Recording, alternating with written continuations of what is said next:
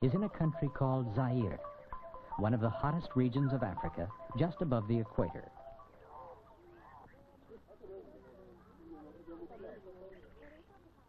It is early morning in the camp. Some men are going in search of game. They are carrying nets, which will serve to catch animals. Preparing shelter for the family is the task of women. Since the Pygmies are nomads or wanderers, they move from one camp to another every 2 or 3 weeks. A Pygmy woman may build as many as 300 huts in her lifetime. All the material is furnished by nature. Therefore, when they abandon an encampment, the leaves and branches of their huts will rot away and return to the soil. By observing the structure of scales of a forest animal, the Pygmies learned how to arrange leaves in such a way that they form a firm thatching, which lets the air in and keeps the rain out.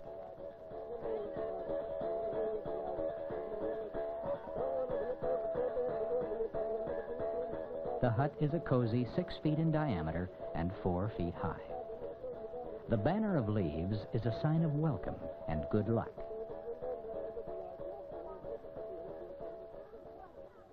No matter where, household chores have many similarities.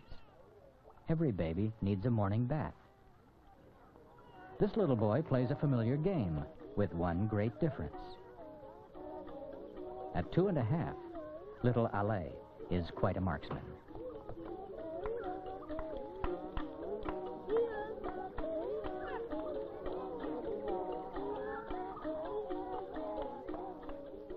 Doesn't this look familiar? A string game. It's fun to play.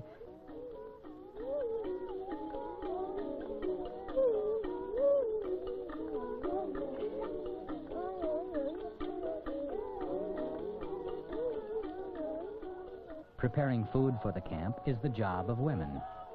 This large fruit contains hundreds of seeds, which have to be separated from the flesh before they are roasted. The seeds from the large fruit are now ready for roasting. The Pygmy popcorn.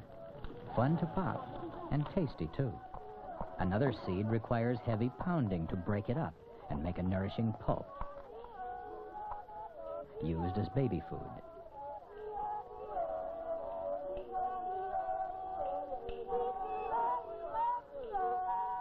Game is scarce in the forest.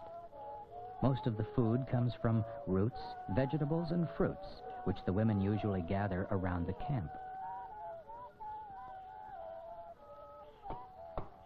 The trees also provide material for clothing.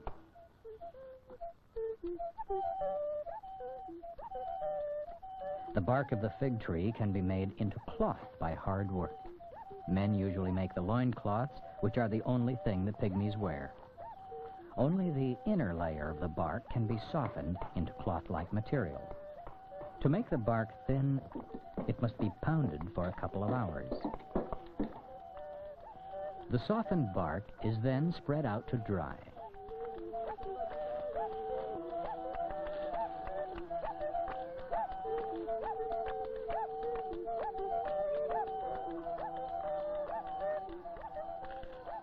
While some men work with the bark, others make useful objects, like this stool. By now, the cloth has dried, and it is ready to wear.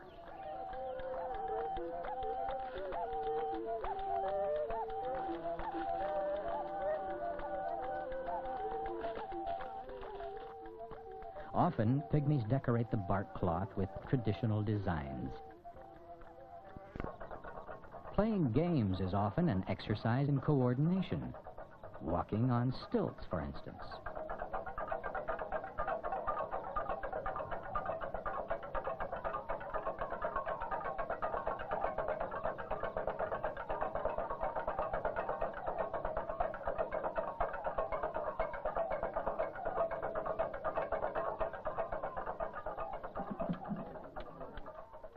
With the chores all done, adults can also play. Women and girls try their hands at jacks. They call it matelia, and only women play it. Pygmies can make a rhythm band even without instruments. This game of sound and rhythm is a favorite pastime for the younger members of the camp. Sound is very important for the forest people.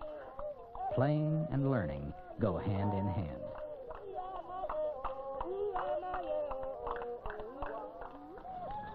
Imitating forest sounds is also an important lesson, and it is fun to practice. Yes, there is much to be learned in the forest. With keen eyes and ears, the pygmy observes and learns from a very early age about all that is alive in the Ituri forest. Is it useful? Is it dangerous? Is it edible? Take this strange animal, the pangolin. It was by observing the structure of its scales that the pygmies learned how to thatch leaves on their huts. The pangolin also teaches them how to climb trees.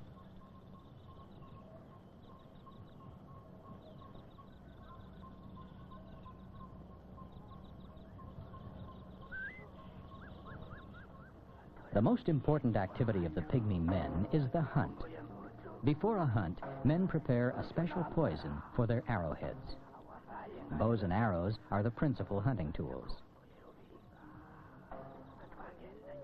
Each completed stalk is feathered, then marked with the hunter's special brand.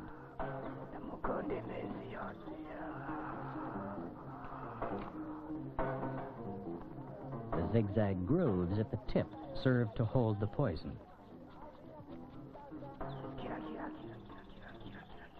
Here, too, all implements are provided by the forest, even the spoon that is used to apply the poison.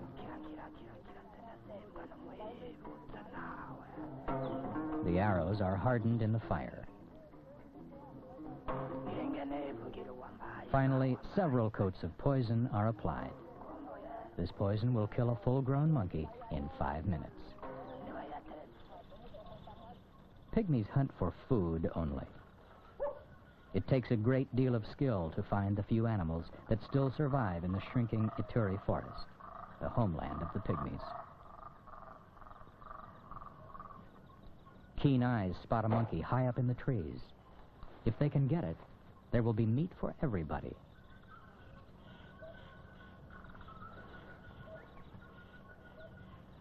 Aim. Hit.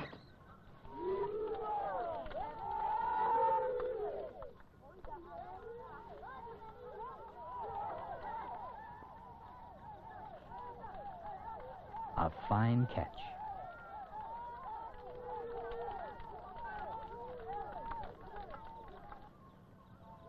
The hunt is over.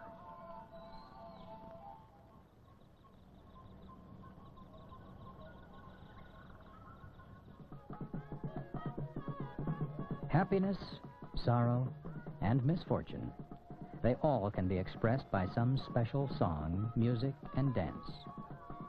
The Luma dance celebrates the successful hunt.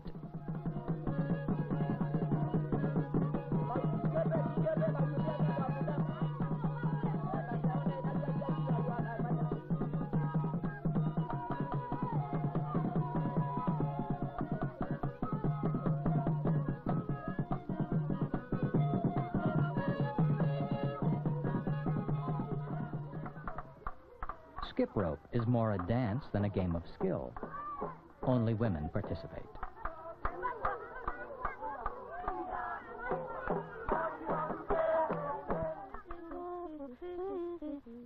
Women make themselves pretty with makeup pygmy style.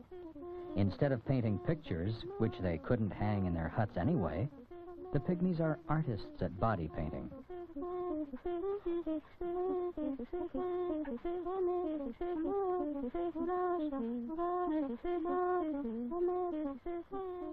The designs have been passed down from generation to generation.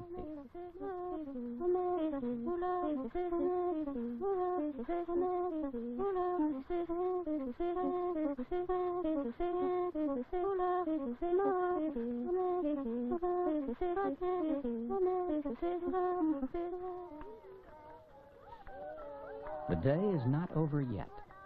There is still time for another sport and learning experience. Climbing is obviously an important skill for forest people, and it is a great exercise for the young.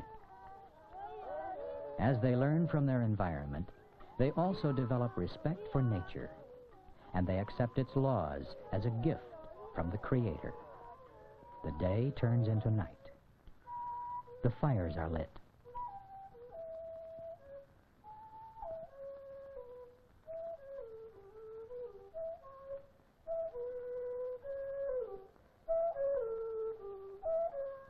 The wise old man passes on to the children traditions he learned from his elders. Children, up there in the sky are the stars, which are the spirits of good people. They sparkle in heaven, close to God. We should always remember what our forefathers have taught us. Live by the customs of your people, and your spirit will sparkle